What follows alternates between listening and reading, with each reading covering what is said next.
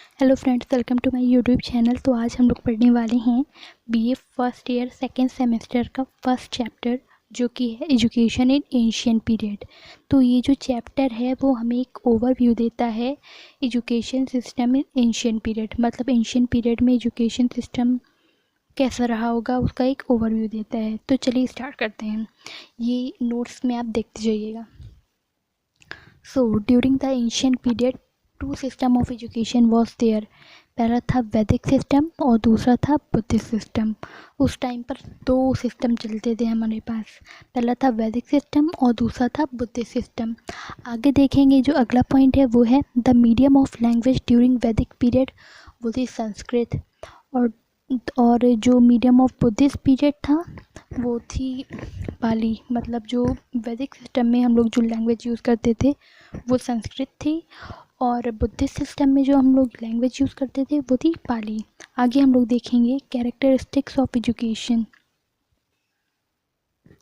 तो पहला पॉइंट लिखा है हमारे पास, the state government and the people did not interfere in designing payment of fees curriculum and teaching arts. मतलब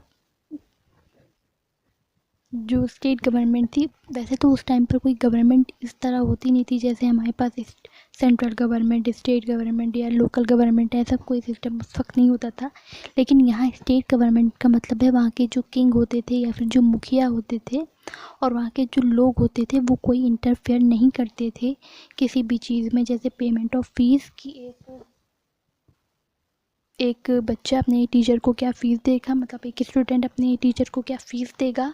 दूसरा वहाँ का पाठ्यक्रम मतलब करिकुलम, मतलब सिलेबस एक तरह से जान सकते हैं हम लोग इसको, वो क्या होगा वो कोई और डिसाइड नहीं करता था, वो वहाँ के गुरु ही डिसाइड करते थे।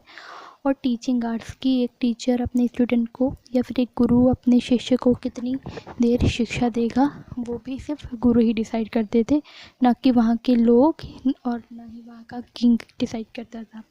आगे हम लोग देखेंगे strong bond between teacher and student. Student और टीचर में बहुत अच्छा बॉन्ड होता था। अगला पॉइंट है सिंगल टीचर स्टूडेंट रिलेशनशिप। मतलब मेनली ऐसा होता था कि एक टीचर एक ही स्टूडेंट को गाइड करता था। अगला पॉइंट है royal families and king use to donate to improve education system. जो किंग वहाँ के जो किंग्स होते थे और रॉयल फैमिलीज होती थी वो डोनेट करते थे एजुकेशन सिस्टम को अच्छा बनाने के लिए। ओके, बाकी उसके अलावा वो कोई इंटरफेयर नहीं करते थे, वहाँ का जो करिकुलम था उसमें कोई इंटरफेयर नहीं करते थे, वो सिर्फ डोनेशन देते थे बट कोई इंटरफेयर नहीं करते थे कि उसका करिकुलम क्या होगा, उसकी फ़ीस क्या होगी और या फिर टीचिंग आर्ट्स क्या होगा, वो डिसाइड नहीं करते थे, वो सिर्फ गुरु ही डिसाइड कर सकता था। ओके, अगला पॉइंट जो हम लोग यहाँ देखने वाले हैं वो है student leave their houses and live with gurus until their education was complete. मतलब वो जो बच्चे होते थे, जो स्टूडेंट्स होते थे, वो अपने गुरु के साथ गुरुकुल में ही रहते थे जब तक कि उनकी एजुकेशन थी वो कंप्लीट नहीं हो जाती थी। और जो ड्यूरेशन होता था वो 10 से 12 साल होता था। ड्यूरेशन ऑफ कोर्स का जितना ड्यूरेशन होता था वो अबाउट 10 to 12 ईयर्स होता था।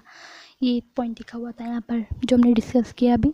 अगला पॉइंट हम लोग देखेंगे, give importance to physical and mental development. Mental और फिज़िकल डेवलपमेंट में बहुत ज़्यादा इम्पोर्टेंस दी जाती थी। अगला पॉइंट था नो बुक सिस्टम। उस वक्त किसी बुक से नहीं पढ़ाया जाता था, जो गुरुज होते थे वो बोलते थे और डिबेट्स होती थी, उसी से बच्चे सीखते थे, उसी को वो लर्न कर लेते थे और उनकी जो मेमोरी थी वो बहुत ज़्यादा एक क्रूशियल रोल प्ले करती थी during education system of that time.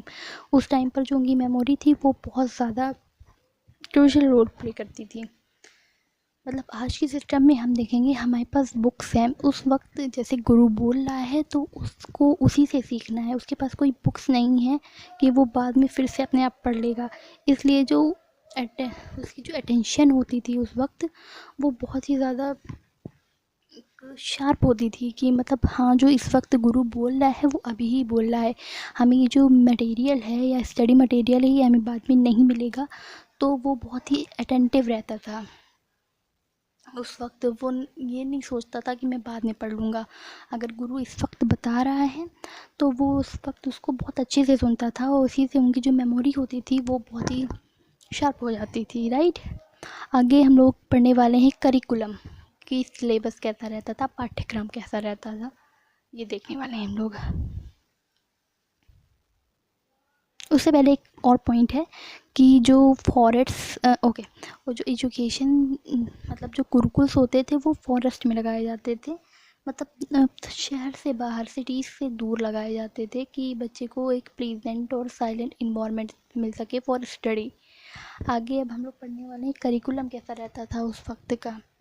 सो किसी भी सिस्टम में, मतलब एजुकेशन सिस्टम में, उसका जो करिकुलम होता है, जो उसका पाठ्यक्रम होता है, वो बहुत ज़्यादा एक क्रूशियल रोल प्ले करता है। तो पहला पॉइंट यही लिखा हुआ है हमारे पास, curriculum plays an essential role in education system. Okay, अब हम लोग पढ़ने वाले हैं जो करिकुलम था, it was dynamic and not static. मतलब जो उनका सिलेबस जो हुआ करता था वो चेंज होता रहता था। वो ऐसा नहीं, हमारी तरह नहीं कि इस साल हमने जो पढ़ा अगले साल जो बच्चे आएंगे वो भी वही पढ़ेंगे। उनका जो सिलेबस होता था वो चेंज होता रहता था, वहाँ की ज़रूरत के हिसाब से, उस वक्त की ज़रूरत के हिसाब से वो चेंज होता रहता था।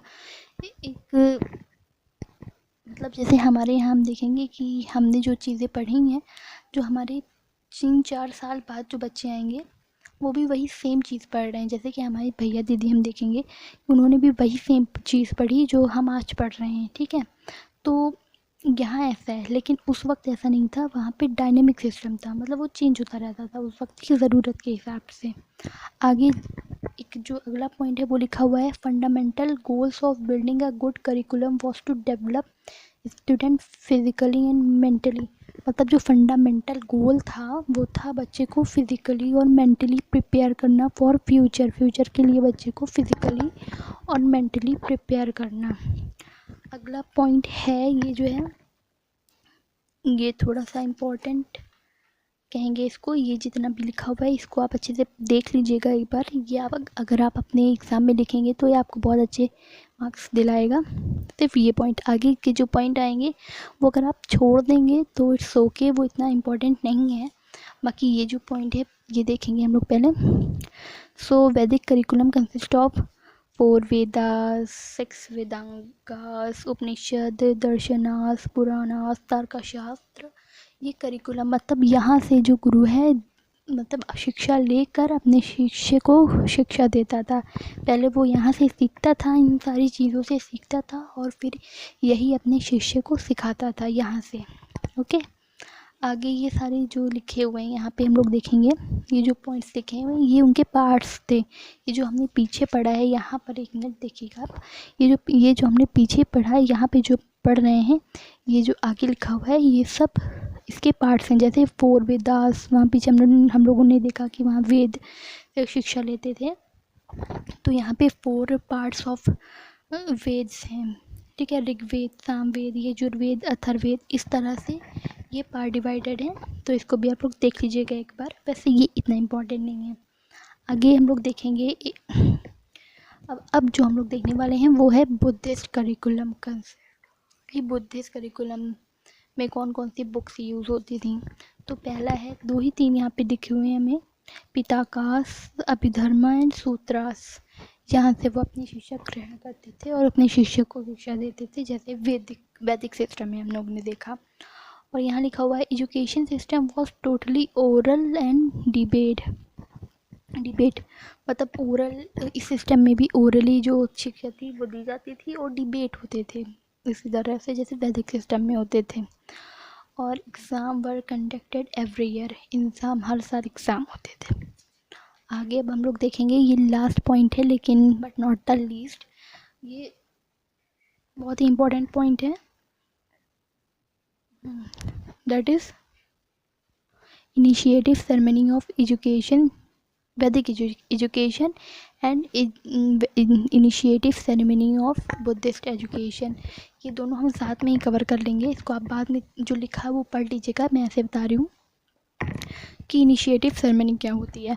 मतलब जब बच्चा स्टार्ट करता है एजुकेशन तो उस वक्त एक राइट था, या फिर जैसे बोल सकते हैं कि मतलब एक सेरेमनी होती थी उस वक्त, कि बच्चा, हाँ अब मार्क होता था ऐसा कि अब बच्चा जो है वो अपनी फॉर्मल एजुकेशन के लिए तैयार है, अब से वो अपनी एजुकेशन है वो ले सकता है। तो उस वक्त जो वैदिक एजुकेशन सिस्टम में जो सेरेमनी होती थी उसका नाम था उपनयन, और जो बुद्धिस्ट एजुकेशन सिस्टम था उसका नाम था पवज्जा, या फिर उसको कह सकते हैं प्रवज्जा, कि बच्चा अपनी एजुकेशन जो अपनी जो फॉर्मल एजुकेशन है वो स्टार्ट करने वाला है। ये सारे पॉइंट्स लिखे हैं सारे, इसको आप अच्छे से पढ़ लीजिएगा तो ये हो गया हमारा जो चैप्टर है वो कंप्लीट हो गया।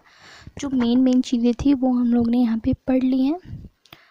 सो ओके, अब हमारा जो चैप्टर है वो कंप्लीट हो गया है, एक मोटा मोटा हम कह सकते हैं जिसे वो कंप्लीट हो गया है। इतना डीप एक्सप्लेनेशन नहीं था आई नो, लेकिन आप इसको पढ़ लीजिएगा तो आप अच्छा नंबर मिल जाएगा। तो थैंक यू।